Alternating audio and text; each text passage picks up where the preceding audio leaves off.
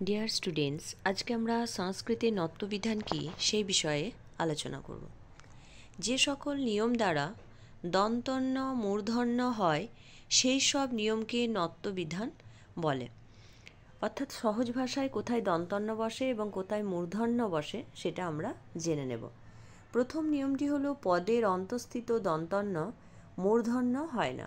তাহলে পদের অন্তে সবসময় কী হয়? দন্ত ন হয়ে থাকে। যেমন মৃগান, বৃক্ষান, ভাতৃন, আবার যদি বলি নরান, দেখবে সব ক্ষেত্রে দেখবে শেষে দন্তন্য হয়ে থাকে। কিন্তু কিছু কিছু ক্ষেত্রে আবার এই শেষে দন্তন্য মূর্ধন্য হয়। দ্বিতীয় নিয়মটিতে সেটা বলা হচ্ছে কি না, অগ্র এবং গ্রাম শব্দের পরবর্তী নি ধাতুর দন্তন্য মূর্ধন্য হয়। তাহলে যখন অগ্র শব্দ থাকবে এবং গ্রাম শব্দ থাকবে তখন তারপরে যদি নি ধাতু থাকে তাহলে সেটা কি হয়ে যাবে? মূর্ধন্য হবে। তাহলে অগ্রণী স্পেলিংয়ে কিন্তু আমরা সবসময় মূর্ধন্য লিখব। অগ্রণী মানে নেতা, গ্রামণী মানে গ্রামের নেতা। তাহলে হচ্ছে গ্রামণী স্পেলিং যখন আমরা লিখব তখন কিন্তু কখনই কিন্তু দন্তন্য লিখব না, মূর্ধন্য লিখব।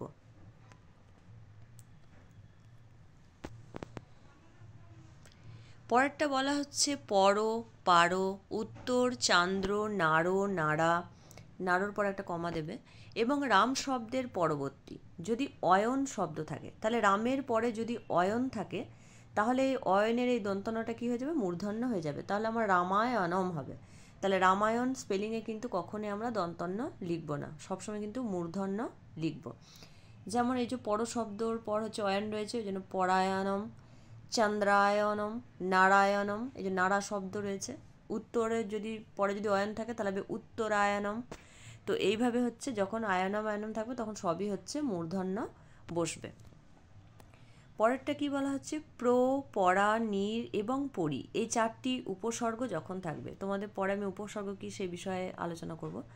আজকে শুধু এটুকু জানো যে এই চারটি যখন উপসর্গ থাকবে এবং অন্তর্পদের পরস্থিত যদি নদ ধাতু থাকে কিংবা নম ধাতু থাকে কিংবা নস কিংবা নি, এই ধাতুগুলো যদি থাকে, নস ধাতু যদি থাকে, এই ধাতুগুলো যদি থাকে তাহলে কি হবে? মূর্ধন্য হবে।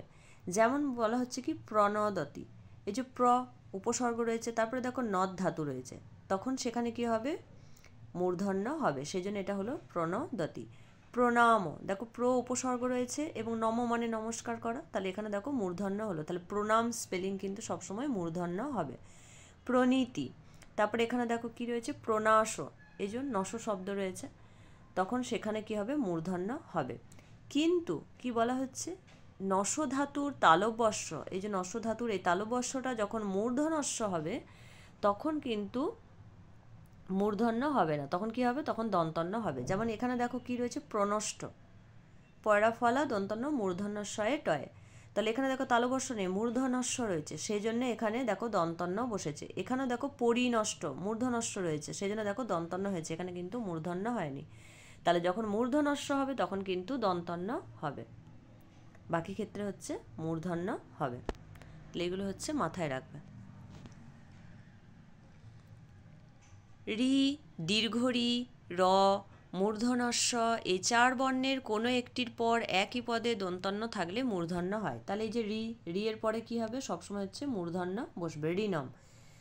তারপরে কি বলা হচ্ছে? ধাত্রীনম, দীর্ঘ রি, এই যে এখানে তয়ে একটা রিকার দেওয়া আছে, দীর্ঘরি মানে হচ্ছে আর একটা এরকম রিকার বসবে, সংস্কৃতে দীর্ঘরি রয়েছে। তাহলে ধাত্রীনম স্পেলিং কিন্তু কখনোই কিন্তু একটা রি হবে না, আবার একটা রি বসাতে হবে, তবেই হচ্ছে স্পেলিংটা ঠিক হবে।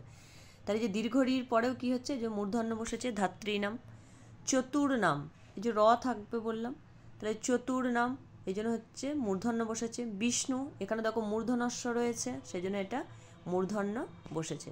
তাহলে যখন রি থাকবে, দীর্ঘ রি থাকবে, র থাকবে, মূর্ধনস্য থাকবে, তখন সেখানে কি হবে? মূর্ধন্য বসবে। পরেরটা কি বলা হচ্ছে? রি, দীর্ঘ রি, র, মূর্ধনস্য, এই চার বর্ণের কোনো একটির পর যদি ক বর্গ, প বর্গ, মূর্ধনস্য, ব, হ অনুস্বার যদি থাকে এবং এদের যে কোনো একটি অথবা একাধিক বর্ণ ব্যবধান থাকলেও এক পদ স্থিত দন্তন্য কি হয়? মূর্ধন্য হয়।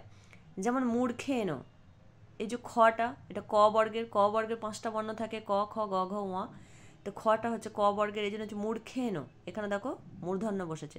দর্পেন, দেখো প বর্গ রয়েছে, প রয়েছে, সেজন্য এখানে মূর্ধন্য বসলো। গর্বেন, এখানে দেখো ওয়া রয়েছে, আমি এই যে বললাম যদি ওয়া থাকে।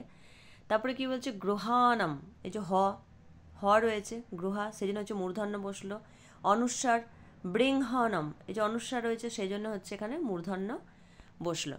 আবার যদি স্বরবর্ণ থাকে তাহলেও কিন্তু মূর্ধন্য এখানে বসবে। এডি, দীর্ঘরি, র এবং মূর্ধন্যস্বয়ের পরে যদি স্বরবর্ণও থাকে।